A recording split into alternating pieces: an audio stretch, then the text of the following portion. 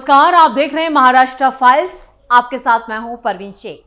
आपको बताएंगे घुसपैठियों पर फडणवीस के एक्शन से विपक्ष क्यों है परेशान, बीएमसी चुनाव से पहले क्यों मुश्किल में आए राज ठाकरे, शरद पवार से क्यों दिल्ली में मिले अजित पवार।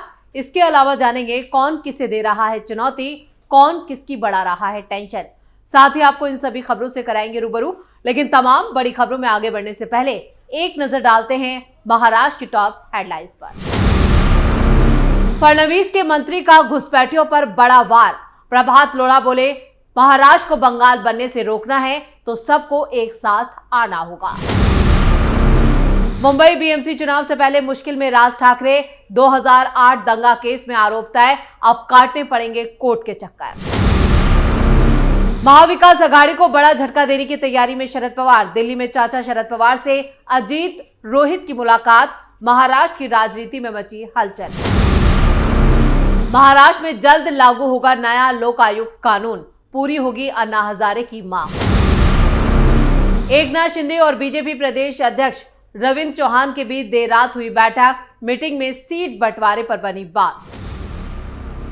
खबरों में सबसे पहले बात घुसपैठियों पर बड़े एक्शन की। सरकार में मंत्री मंगल प्रभात लोढ़ा ने अतिक्रमण और घुसपैठ पर बड़ा बयान दिया है। उन्होंने कहा कि महाराष्ट्र में किसी भी बांग्लादेशी और रोहिंग्या के लिए कोई जगह नहीं है। विपक्ष ने जितने भी इलाकों में घुसपैठ को बढ़ावा दिया है और जो उनका वोट बैंक है, उन इलाकों में बुलडोजर से लेकर धरपकड़ का अभियान तेज कर दिया गया है।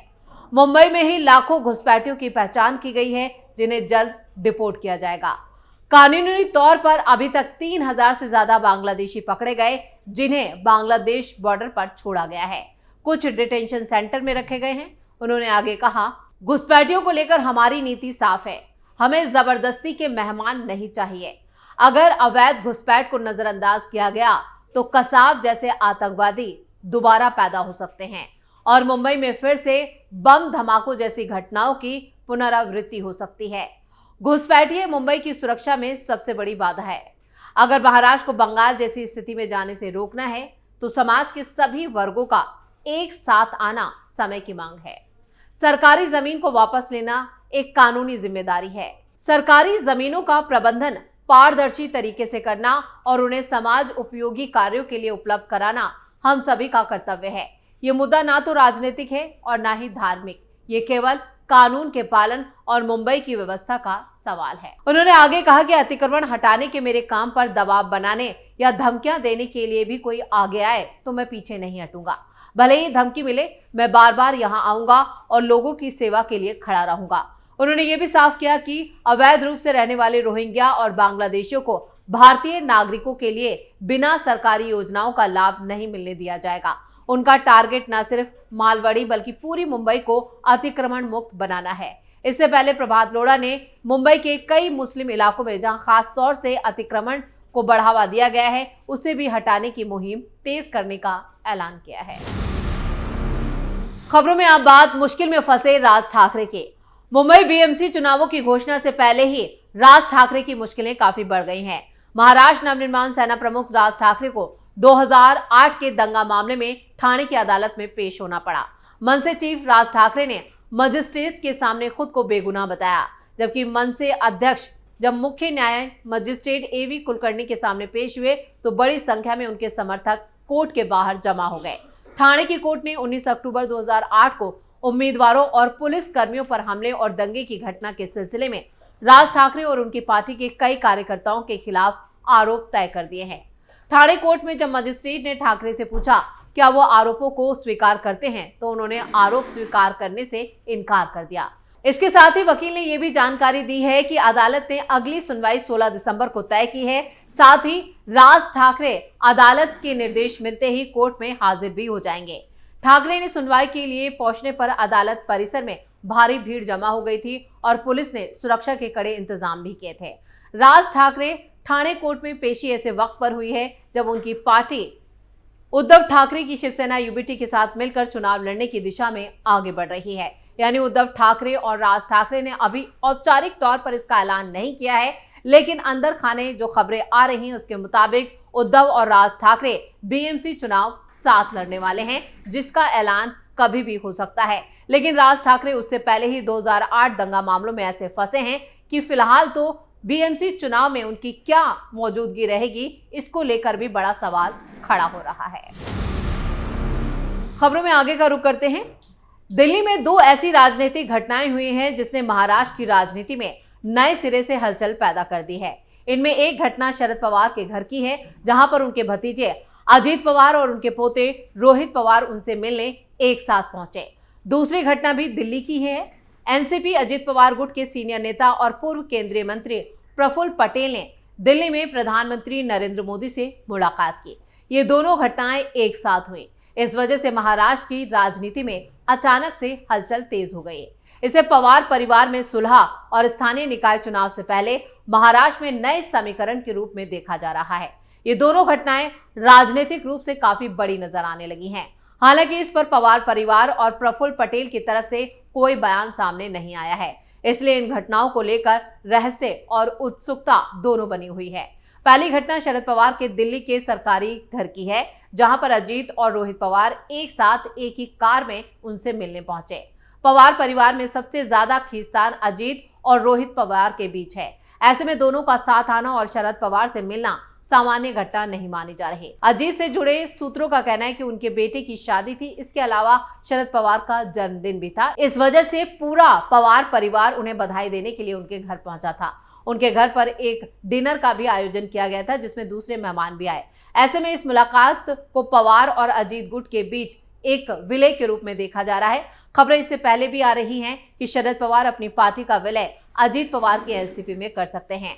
हालांकि जिस तरह से अजीत और रोहित एक साथ पहुंचे, उसे देखते हुए ये माना जा रहा है कि ये सिर्फ जन्मदिन की बधाई देने या फिर अजीत के बेटे की शादी से जुड़ी मुलाकात नहीं थी, बल्कि एक पूरी सियासी मुलाकात थी, जिसमें आने वाले दिनों में महाराष्ट्र की सियासत में काफी असर पड़ने वाला है।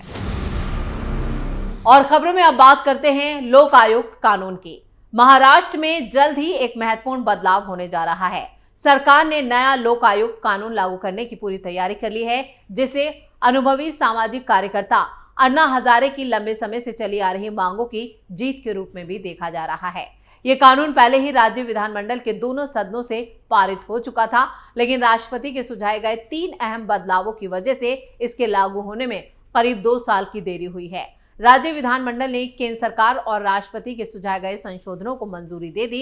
ये कदम इसलिए भी महत्वपूर्ण है क्योंकि अन्ना हजारे ने अधिनियम लागू नहीं होने पर 31 जनवरी 2026 से अनिश्चितकालीन भूख हड़ताल की घोषणा की थी। लोकायुक्त बिल के विधानसभा में 2022 और विधान परिषद में 2023 में पारित कर दिया गया था। राष्ट्रपति द्रौपदी मुर्मू ने इसे मंजूरी दी, लेकिन राज्य को इसमें 3 महत्वपूर्ण संशोधन शामिल करने की सिफारिश की गई थी।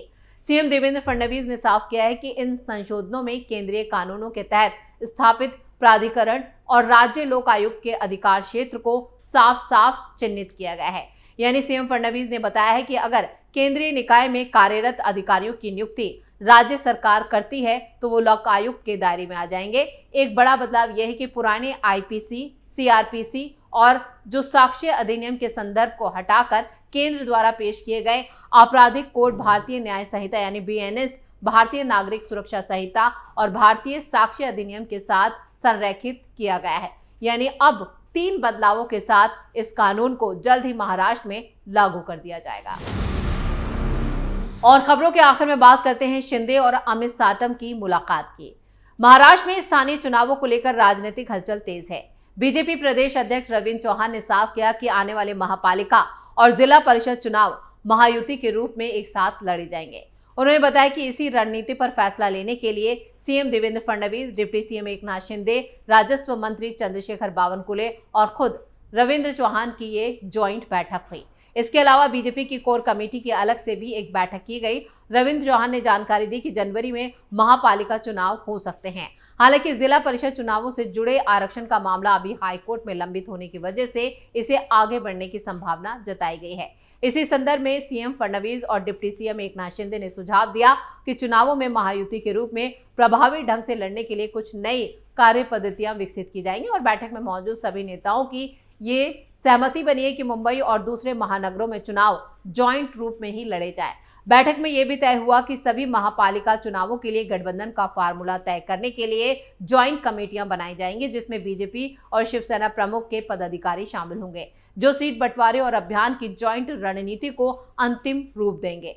रविंद्र चौहान ने कहा है कि यह फैसला मुख्यमंत्री फडणवीस के सुझाव के बाद लिया गया।